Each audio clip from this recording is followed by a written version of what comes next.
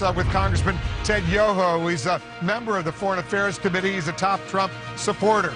Our correspondents, analysts, and guests, they will have full coverage of today's top stories. Up first, let's go to our chief national security correspondent, Jim Sciutto. Jim, what are you learning about this massive cyber attack?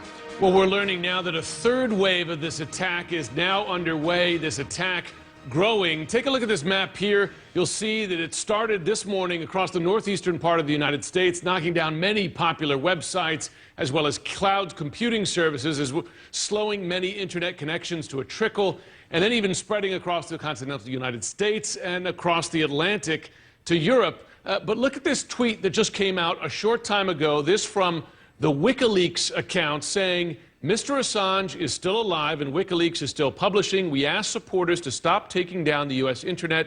You proved your point. As you said, Wolf, there is no claim of responsibility yet. Is this a mysterious hint from WikiLeaks that perhaps his supporters are doing this to send a message?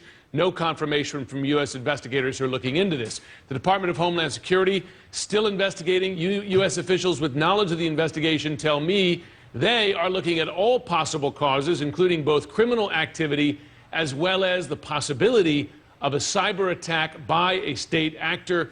One thing is clear, this is almost certainly not a malfunction, but an intentional act. Adam Schiff, ranking Democrat on the House Intelligence Committee, he's been briefed on the investigation.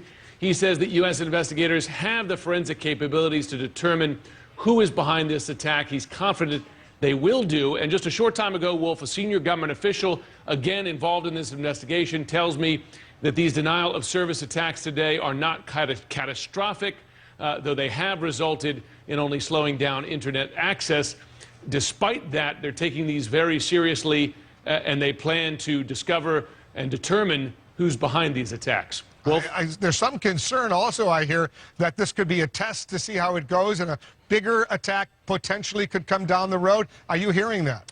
Well, this is always a concern because, as you know, there have been a number of cyber attacks directed at the U.S. election, not only at members of the Democratic Party, Democratic Party institutions, but also at state voting systems, state voter registration systems. At least one of those state voter registration systems, they have, in Florida specifically, U.S. investigators have pointed to Russia. And as you know, Wolf, these attacks on Democratic Party institutions, the U.S. has also pointed the finger at Russia. No one is doing that with these particular attacks here. But in light of those attacks on election-related systems, the level of alert right now, with the election a little more than 2 weeks away, is very high. We'll stay on top of the breaking news. Jim Sciutto, thank you very, very much.